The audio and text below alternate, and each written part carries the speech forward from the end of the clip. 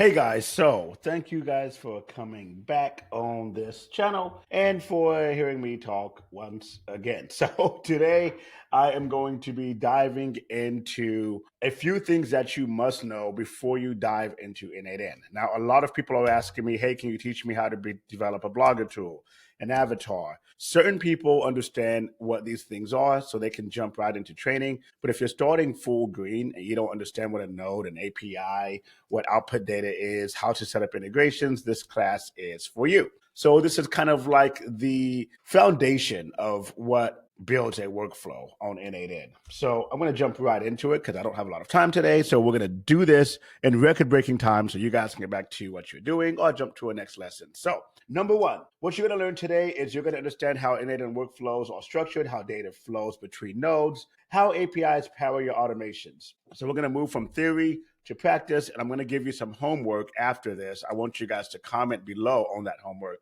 if you've actually done it, just so I know who's actually working and getting the work done. Okay.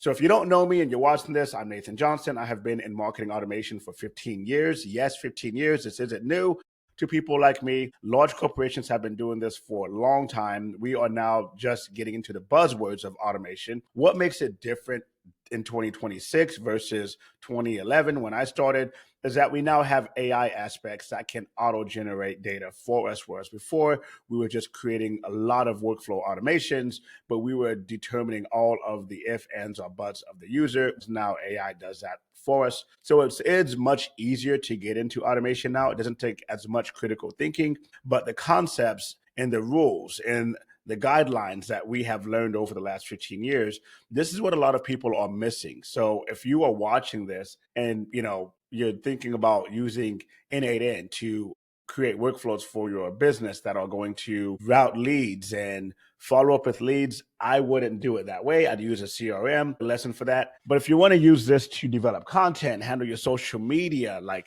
add to the CRM system you already have, that's where it's powerful. Now, if you're new to this and you're just like, hey, Nathan, I want to learn how to make avatar videos and I want to automate my Facebook account and things of that nature, ignore what we just heard. So jumping into this. So what is a workflow? So a workflow is a sequence of connected nodes that pass data from one step to the next area of n8n. Now, if you're working in a CRM like Marketo, HubSpot, if you're part of that training, most of my students who are watching this are going to be, a workflow inside of a CRM is very similar. It's basically going to be your flow steps from start to finish of new leads that come into your system. Now we're talking about n8n today, so I just want to throw that out there so you guys don't get confused. Like I've heard this before. So workflows are used for content creation, lead routing, AI workflows. So content creation, we can use workflows to generate content using Gemini, ChatGPT, whatever content builder you want. We can use workflows to capture leads from forums and send them to a salesperson. If you're a very, very, very tight-knit team and you have no follow-up strategy, then you could possibly use a workflow to just have a trigger that listens for a form to be filled out on your website. And when that's done, the trigger will immediately send that information to you, a salesperson, whoever needs to send that information. That is very elementary to me as an automation person, so I wouldn't do it that way. But if you don't have a CRM system or an automated system, that does work. Or AI workflows, that connects AI models to other systems. This is what we teach here at That Digital Strategist. So you're going to be learning that here. Now, what is a node? Now that we're past workflows, we now have this word called nodes. And everyone's like, hey, dude, what is a node? Like, how does a node work? So let's jump into the nodes. So understanding nodes, the building blocks. So you have trigger nodes. These are the first things you're going to see in an n8n workflow. You're going to see a trigger node that basically says, am I supposed to just run on a schedule? Am I listening for something? This is what triggers the workflow to start. Once that happens, you're going to have two types of nodes that live off of that trigger. So the trigger is going to activate and immediately send a command to either a data node that says, hey, I just got information. I need you to XYZ. For a blogger agent, for instance, the trigger activates every 8 hours. So after 8 hours kicks in, it connects to ChatGPT and says, hey, I need you to write a blog about one of these subjects, blah, blah, blah. Check the blog. Make sure you're not writing it again. Make sure it's not reversed. Make sure this blog is unique to our website. And that ChatGPT node takes that, creates it, outputs it out to another node that says, hey, take this blog and write an SEO friendly title about it. And then that node generates the title and then feeds it to Gemini. And then Gemini, takes that, and Gemini has a script that activates and says, hey, you see this title? Go ahead and make an image about that and save that image. So Gemini makes the image, and it just goes on and on and on. And then before you know it, we have, a node that's taking the blog and putting it on WordPress and taking the image and making it the featured image. All these are different node steps that are happening. So in the middle of all of that, you're going to have the app integration node. In this example would be WordPress, which is the app that we're integrating, or it would be OpenAI, which is another app that we're integrating. So OpenAI would be the integrated app that's speaking and feeding information to a WordPress integration. So how API integrations work: an API is application programming interface. If that goes over your head, that's fine. Just know that an API is basically what takes the data and feeds it to the right source. So it's like a waiter. You tell a waiter what you want, and you communicate the waiter communicates your order to the kitchen, and they bring back exactly what you requested. APIs allow different tools to communicate securely and exchange data automatically. The last thing you want is to not have an API set up, and then you're feeding your data directly into WordPress, and everybody on WordPress's team can see your data.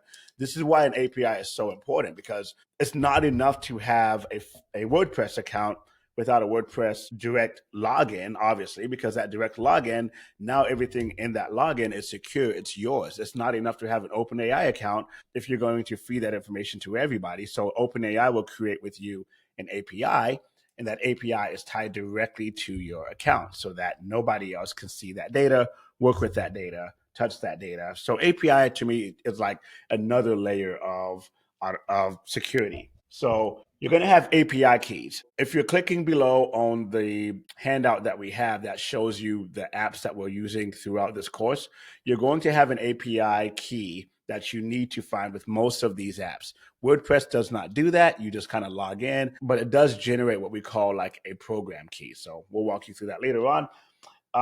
You're going to have pre-built nodes. These are pre-built integrations that come with n8n. They don't need you to customize them or write a custom API just because they are native to the tool. And then you're going to have HTTP requests. I use a lot of these.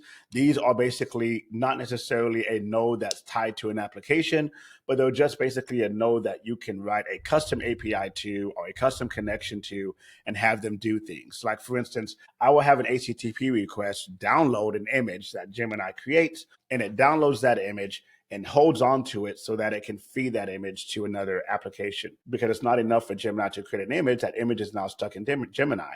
How do we get that image from Gemini to Facebook? We need to download it. So we'll have to use like a kind of like an HTTP request as a bridge to download to that node and then export to something else. So hope that makes sense. Now, output data, understanding output data. So data in n8n is structured as JSON. So what is JSON? JavaScript object notation. That just means it's going to be in a JavaScript JSON structure. And that's like a format that organizes the information, makes it readable, and makes a hierarchy.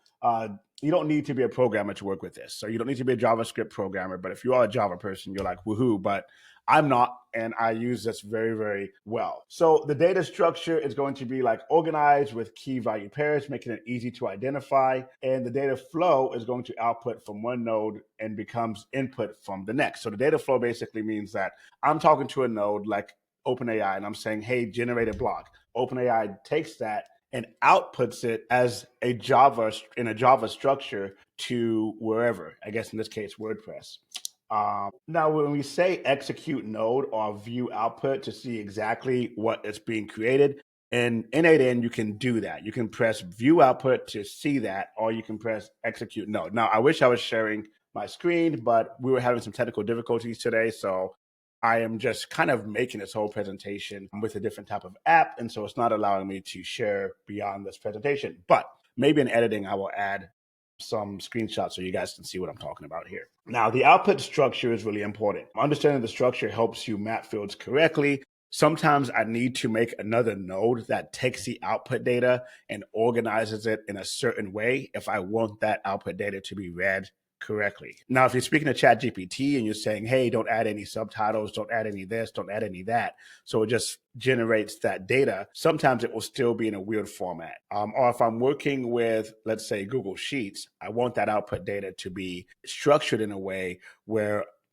Google Sheets knows this is a column, these are the rows.